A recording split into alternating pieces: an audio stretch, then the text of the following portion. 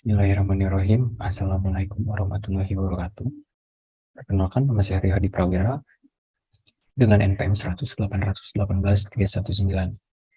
Izinkan saya mempresentasikan penelitian saya yang berjudul Strategi Konten Kreator sebagai Public Relation guna membangun brand image. Studi kasus yang dilakukan pada media sosial TikTok dan juga Instagram Asbul. Latar belakang penelitian ini adalah Asbul merupakan salah satu perusahaan yang bergerak di bidang fashion streetwear.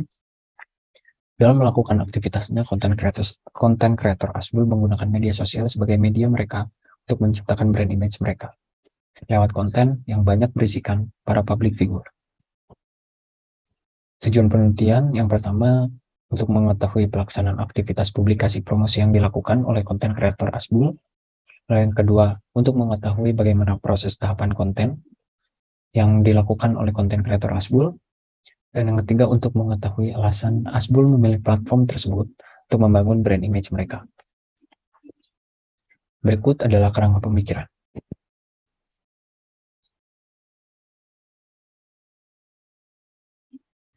Berikut adalah metode penelitian, di mana metode dan paradigma pada penelitian ini yaitu metode kualitatif studi kasus, dan paradigma dalam penelitian ini yaitu paradigma konstruktivisme.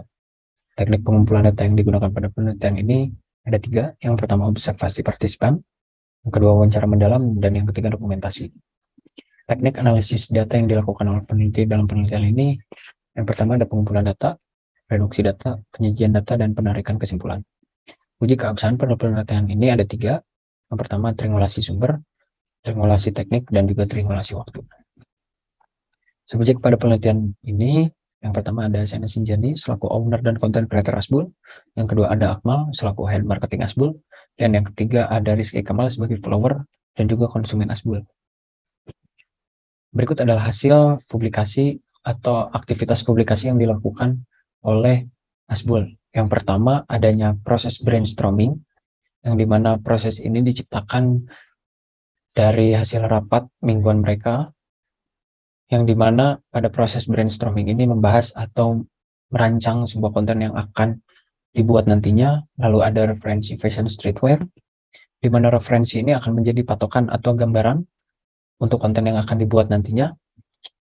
Lalu ada skill and ability, di mana ini adalah penunjang skill and ability atau kemampuan yang dimiliki oleh SDM atau sumber daya manusia Asbul, khususnya tim konten. Dan proses publikasi ini Asbul berharap menghasilkan isi pesan yang sesuai dengan apa yang dimaksud dari Asbul atau dapat disebut content message. Lalu ada tahapan konten, ada 3.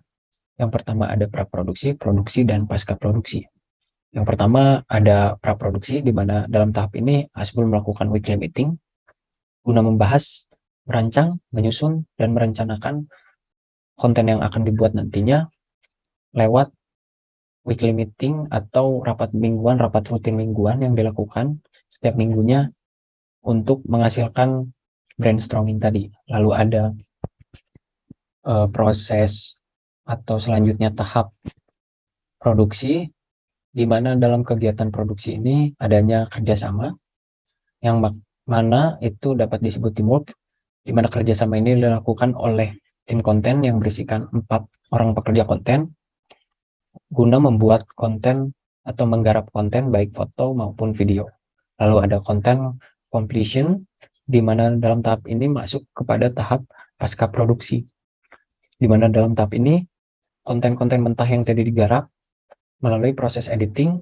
Setelah editing itu selesai dan sesuai dengan apa yang dimaksud pada saat weekly meeting, lalu diunggah ke media sosial TikTok dan juga Instagram Asbul. Lalu ada upaya membangun brand image. Yang pertama, Asbul melakukan pengelompokan audiens sesuai dengan konten dan juga sesuai dengan platform yang mereka pilih. Seperti halnya TikTok yang berbau konten entertain, dan Instagram yang fokus dengan konten promosi dan juga branding. Lalu pembangunan brand ini menghasilkan brand eksklusif, di mana brand eksklusif ini datang dari isi konten tersebut, yang dimana isi konten tersebut banyak diisi oleh public figure seperti artis, pejabat, dan pemain bola.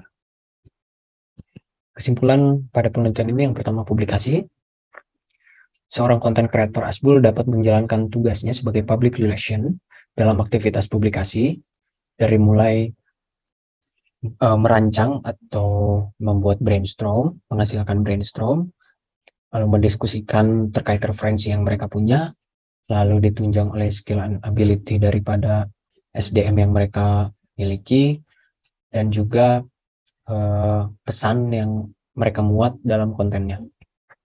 Lalu ada tahapan konten, di mana tahapan konten yang dilakukan oleh Asbul ada 3, yaitu praproduksi, produksi, dan juga pasca produksi, di mana dalam tahap praproduksi adanya weekly meeting, seperti kegiatan rapat untuk merencanakan konten yang akan dibuat nantinya. Lalu ada tahap produksi, yaitu ada proses teamwork atau kerjasama antar individu dalam satu tim kreatif dalam penggarapan konten foto maupun video. Dan yang terakhir adalah langkah pasca produksi, di mana konten tersebut diolah lagi, diedit, lalu diunggah ke media sosial, TikTok dan juga Instagram Asbul. Lalu kesimpulan dari brand image, pada dasarnya pemilihan platform tersebut adalah upaya Asbul untuk mempertahankan image atau citra baik mereka, terkhusus membentuk brand image eksklusif, yang dimana konten-konten yang disajikan di media sosialnya banyak atau berisikan para public figure seperti pejabat, artis, dan juga pemain sepak bola.